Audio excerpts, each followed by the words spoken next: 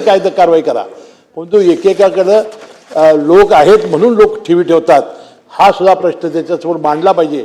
ही भूमिका ते सातत्याने मांडायचे. कोल्हापूरवर त्यांचं फार मोठं प्रेम होतं. बारामतीचं साहजिकच होतं. कुठलीही चांगली गोष्ट ती बारामतीत आलीच पाहिजे आणि चांगली केली पाहिजे. ते त्याचा उल्लेख प्रभूसाहेबांनी केला. सातत्याने ते जागरूक राहायचे. आणि बारामती शहर जर तुम्ही बघितलं असाल, ज्या दिवशी 28 तारखेला सकाळी एका मला मित्राचा फोन आला की कळालं काय. मी म्हटलं काय झालं. तर दादांचा आम्ही जिल्हा परिषद निवडणुकीच्या घाईत होतो की अपघात झाला विमानाचा आणि तुम्ही ताबडतोब टी व्ही लावा. मी टी व्ही लावला आणि अनेक वक्त्यांनी सांगितल्याप्रमाणे पहिल्यांदा जखमी अवस्थेत, नंतर जी दुःखद वाईट आम्हाला आयुष्यात कधी वाटलं नव्हतं की स्वप्नात वाटलं नव्हतं की आमच्या नेत्याची अशी बातमी आम्हाला समजेल आणि अशा अवस्थेत ते समजेल. ते काळानंतर आम्ही ताबडतोबीनं बारामती गाठली आणि 2 दिवस बारामतीत आम्ही कधी झोपलो नाही.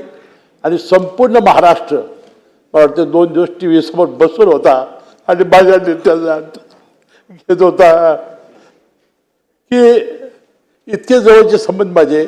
1999 साली मी निवडून आलो. 2 महिन्यात मला तरी मंत्री केलं. 2-3 महिन्यात. त्या 2 मंत्री होते जिल्ह्याच्या आमच्या, बाबासाहेब कुपेकर आणि दिग्विजय खानविलकर. मला 3रा मंत्री केला. 9 वेळा मंत्रिपदाची शपथ घेतली. दादा म्हणायचे की माझी शपथ झाली की साहेब तुमची शपथ होणारच. 9 वेळा, 6 वेळा मी निवडून आलो. 1999 साली पर्यंतपासून 9 वेळा मी मंत्री झालो.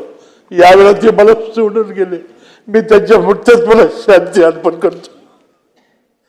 आणि त्याला दिष्ट लागली. ते अतिशय कपडे बिपडे अशी